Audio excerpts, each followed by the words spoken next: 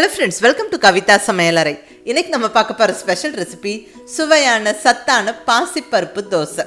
ஒரு instant dosa recipe. நம்ம பிரேக்ஃபாஸ்ட்க்கோ டின்னருக்கோ உடனடியாக அதை டிஃபன் பண்ணணும்னு யோசிக்கும் போது இது நல்ல சாய்ஸுங்க. ஏன்னா மற்ற தோசைக்கெல்லாம் நம்ம அதிக நேரம் அந்த பொருட்களெல்லாம் ஊற வச்சு அரைச்சி புளிக்க வச்சு செய்யணும். பட் பாசிப்பருப்பு தோசையை பொறுத்த வரைக்கும் பாசிப்பருப்பு ஊறுற நேரம் வந்து ரொம்ப ரொம்ப கம்மி. நம்ம ஈஸியாக டக்குன்னு ஊறிடும். அதை அரைச்ச உடனே நம்ம தோசை செஞ்சிடலாம். ரொம்ப நல்ல டேஸ்ட்டாகவும் இருக்கும். கண்டிப்பாக சத்தானது. இதை நல்ல ஒரு கார சட்னியோட தொட்டு சாப்பிடும்போது அட்டகாசமாக இருக்கும். நான் இங்கே ஒரு சிம்பிளான கார சட்னி ரெசிபியும் உங்களோட ஷேர் பண்ணிக்கிறேன். 2 ரெசிபியும் ட்ரை பண்ணி பாருங்கள். வாங்க அருமையான பாசிப்பருப்பு தோசை எப்படி பண்ணுறதுன்னு பார்க்கலாம்.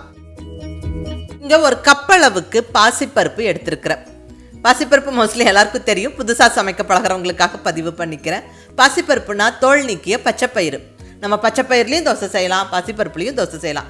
பச்சைப்பயிறு தோசைக்கு பச்சைப்பயிரை அதிக நேரம் ஊற வைக்கணும். பட் பாசிப்பருப்பை பொறுத்த வரைக்கும் குறைவான நேரத்திலேயே ஊறிடும். அதாவது ஒரு அரை மணி நேரம் 3/4 மணி நேரம் பாசிப்பருப்பை ஊற வச்சா போதும், நல்லா ஊறிடும். அதை உடனடியாக நம்ம அரைச்சிட்டு தோசை செய்ய ஸ்டார்ட் பண்ணிடலாம்.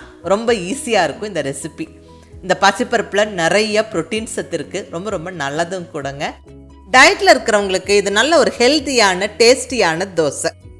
இப்போ பாசிப்பருப்பை ஒரு அகலமான பவுலில் சேர்த்து நல்லா தண்ணி விட்டு கழுவிடலாம். ஒரு 2-3 வாட்டி கழுவிட்டு நல்ல தண்ணி விட்டு ஊற வச்சிடலாங்க.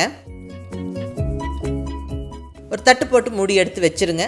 ஒரு அரை மணி நேரத்துலேருந்து 3/4 மணி நேரத்துக்குள்ளேயே பாசிப்பருப்பு நல்லா ஊறிடும். நான் இங்கே ஒரு 45 நிமிஷம் கழித்து நான் ஓப்பன் பண்ணுறேன். பாருங்கள், பாசிப்பருப்பு நல்லா ஊறி இருக்குது. இப்போ இது அரைக்கிறதுக்கு ரெடி. ஊறின பாசிப்பருப்பை இப்போ கம்ப்ளீட்டாக மிக்ஸி ஜாரில் சேர்த்தாச்சுங்க. அடுத்ததாக 3/1 பங்கு அளவுக்கு அரிசி மாவு, இங்கே 1/3 கப்பில் அரிசி மாவு சேர்த்துக்கிறேன். இந்த அரிசி மாவு நம்ம எதுக்காக சேர்க்குறோன்னா தோசை கொஞ்சம் கிறிஸ்பியாக வரக்கு, மொறுமொறுன்னு வரக்கு. அரிசி மாவு சேர்க்காமையும் இந்த தோசை நம்ம செய்யலாம். லோ கார்ப் டயட் இருக்கிறவங்க அரிசி மாவு சேர்க்காம கூட செய்யலாங்க. கொஞ்சம் கிறிஸ்பியாக இருக்காது, அவ்வளோதான். பட் டேஸ்டெல்லாம் நல்லாயிருக்கும். அடுத்ததாக ஒரு சின்ன துண்டு இஞ்சி சேர்த்தாச்சு.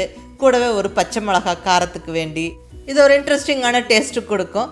வேணுங்கிறவங்க கொஞ்சம் அதிகமாக கூட சேர்க்கலாம். அடுத்ததாக ஒரு 1/2 டீஸ்பூன் அளவுக்கு சீரகம், கூடவே ஒரு 1/4 டீஸ்பூன் பெருங்காயப்பொடி. இந்த பெருங்காயப்பொடி மஸ்ட்டுங்க, கண்டிப்பாக சேர்த்துக்கங்க. ஏன்னா இது நிறைய பருப்பு சேர்த்து தோசை செய்கிறோம். ஸோ ஜீரண சக்தி அதிகப்படுத்துறக்கும், கேஸ்ட்ரிக் ட்ரபிள் வராமல் இருக்கிறக்கும் இந்த பெருங்காயப்பொடி ஹெல்ப்ஃபுல்லாக இருக்கும். ஸோ இந்த இஞ்சி பெருங்காயப்பொடியெல்லாம் ஒரு இன்ட்ரெஸ்டிங்கான டேஸ்ட்டும் கொடுக்கும், ஹெல்த்துக்கும் நல்லதுங்க. நீங்கள் ட்ரை பண்ணி பாருங்கள். அடுத்தது தேவையான அளவு உப்பு சேர்த்துடலாம். நல்லா தண்ணி விட்டு அரைச்சிடுவோம். பாருங்கள், இந்த அளவுக்கு அரைச்சிக்கணும். மாவு கொஞ்சம் லூஸாக இருக்கிறது தான் பெட்டர். இப்போ இதை அகலமான பவுலில் சேர்த்து விட்டுறலாம். அடுத்தது கொஞ்சம் தேவையான அளவு தண்ணி விட்டுக்கலாங்க. மாவு வந்து கொஞ்சம் லூஸாக இருந்தால் தோசை நல்லா ஊற்ற வரும், நல்லா மொறுமொறுன்னு சுட்டெடுக்கலாம். ஸோ தேவையான அளவு தண்ணி விட்டாச்சு, நல்லா கலந்துருவோம். அவ்வளோதாங்க, தோசை செய்கிறதுக்கு மாவு ரெடி. நம்ம டக்குன்னு ரெடி பண்ணியாச்சு. இந்த தோசை மாவு புளிக்கணும் நல்லா அவசியம் இல்லை. உடனடியாக நம்ம தோசை செய்ய ஸ்டார்ட் பண்ணிடலாம். அதுக்கு முன்னாடி சிம்பிள் அண்ட் ஈஸியாக செய்யக்கூடிய ஒரு கார சட்னியை ரெடி பண்ணிடலாங்க. இங்கே தேவையான பொருட்கள் எல்லாம் எடுத்து வச்சாச்சு. ஃபஸ்ட்டாக எடுத்துருக்கிறது நல்ல ஒரு 2 பெரிய வெங்காயம் ரஃப்பாக பெரிய பெரிய பீசஸாக கட் பண்ணி வச்சுருக்கிறேன். ஏன்னா நம்ம இதை வதக்கி அரைக்க போகிறோம். சின்ன வெங்காயத்துலேயும் செய்யலாம், அது வந்து உங்கள் விருப்பம். சின்ன வெங்காயத்தில் செய்யும்போது இன்னும் நல்லா டேஸ்ட்டாக இருக்கும். கூடவே ஒரு சின்ன பீஸ் புளி, அதாவது அழுத்தி பிடிச்சா ஒரு நெல்லிக்காய் சைஸ் புளி எடுத்துருக்கிறேன், சின்ன நெல்லிக்காய் சைஸ் புளி. அடுத்தது சின்ன சைஸ் பூண்டா ஒரு 10 to 12 பல் பூண்டு. கூடவே ஒரு 6-7 வரமிளகா. நீங்கள் உங்களுடைய டேஸ்ட்டுக்கு தகுந்த மாதிரி டிசைட் பண்ணிக்கோங்க. ஆல்மோஸ்ட் எல்லா பொருளும் எடுத்து வச்சாச்சுங்க. இப்போ இன்னொரு முக்கியமான பொருள் இருக்குது, எண்ணெய். நான் இங்கே தேங்காய் எண்ணெய், கோகோனட் ஆயில் ஒரு 2 டேபிள் ஸ்பூன் எடுத்துருக்குறேங்க.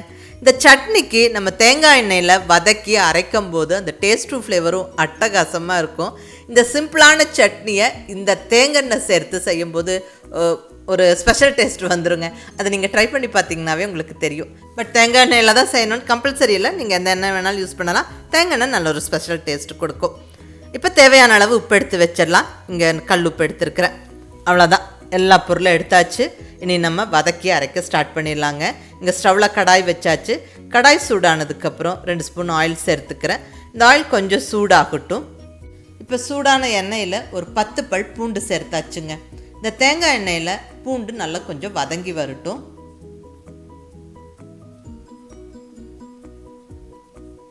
பாருங்கள், பூண்டு ஓரளவுக்கு நல்லா வதங்கிருச்சு. இப்போ இந்த ஸ்டேஜில் மிளகாய் சேர்த்துடலாம். 6 to 7 வரமிளகாய் நீங்கள் உங்களுடைய டேஸ்ட்டுக்கு தகுந்த மாதிரி சேர்த்துக்கங்க. அடுத்ததாக ஒரு சின்ன பீஸ் புளி நல்லா வதக்கி விட்டுருவோம்.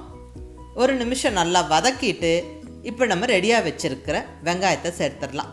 சின்ன வெங்காயம் பெரிய வெங்காயம் எது வேணாலும் சேர்க்கலாம். வெங்காயம் கொஞ்சம் கலர் மாறுற வரைக்கும் வதங்கி வரட்டும்.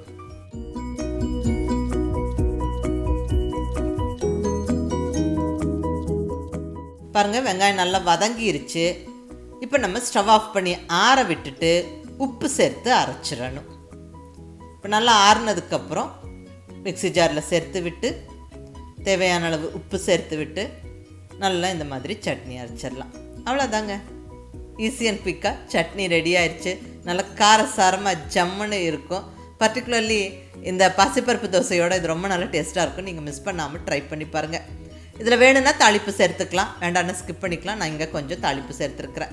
அவ்வளோதாங்க, ஈஸி அண்ட் குயிக்காக கார சட்னி ரெடி ஆயிடுச்சு. அடுத்தது நம்ம தோசை ஊற்ற ஸ்டார்ட் பண்ணிடலாம். இப்போ நல்ல சூடான தோசைக்கல்ல மாவு ஊற்றிடலாங்க. மாவு கொஞ்சம் இப்படி லூஸாகவே இருக்கட்டும், அப்போ தான் நம்ம சன்னமாக தோசை ஊற்ற முடியும். தேவையான அளவு எண்ணெய் விட்டுக்கோங்க. நல்லா கொஞ்சம் பொறுமையாக வேக விட்டு திருப்பி போட்டு எடுக்கணும்.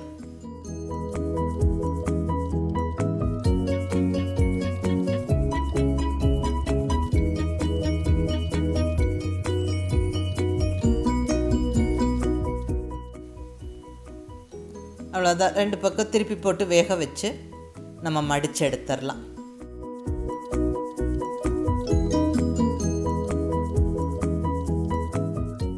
அவ்வளோதாங்க, சுவையான சத்தான பாசிப்பருப்பு தோசை ஜம்முன்னு ரெடி ஆயிடுச்சு. இது ரொம்ப ஒரு ஈஸியான டிஃபன் ரெசிபி. நம்ம குயிக் அண்ட் ஈஸியாக பிளான் பண்ணி அந்த பாசிப்பருப்பை கொஞ்சம் நேரம் ஊற வச்சுட்டு அரைச்சா உடனே நம்ம தோசை செஞ்சிடலாம். கண்டிப்பாக ரொம்ப ஹெல்த்தியானது. அதுவும் இதே மாதிரி நீங்கள் செஞ்சு பாருங்கள், ரொம்ப நல்லா டேஸ்ட்டாக இருக்கும். பர்டிகுலர்லி இந்த கார சட்னியோட ரொம்பவுமே நல்லா டேஸ்ட்டாக இருக்கும். அதுவும் நீங்கள் மிஸ் பண்ணாமல் ட்ரை பண்ணி பார்த்துட்டு உங்கள் ஃபீட்பேக் சொல்லுங்கள். பிடிச்சிருந்தா லைக் பண்ணி ஷேர் பண்ணி கமெண்ட் பண்ணுங்கள். கவிதா சமையலறை சப்ஸ்கிரைப் பண்ணி என்னுடைய மற்ற ரெசிபிஸும் வீடியோஸும் பாருங்கள். தேங்க்யூ.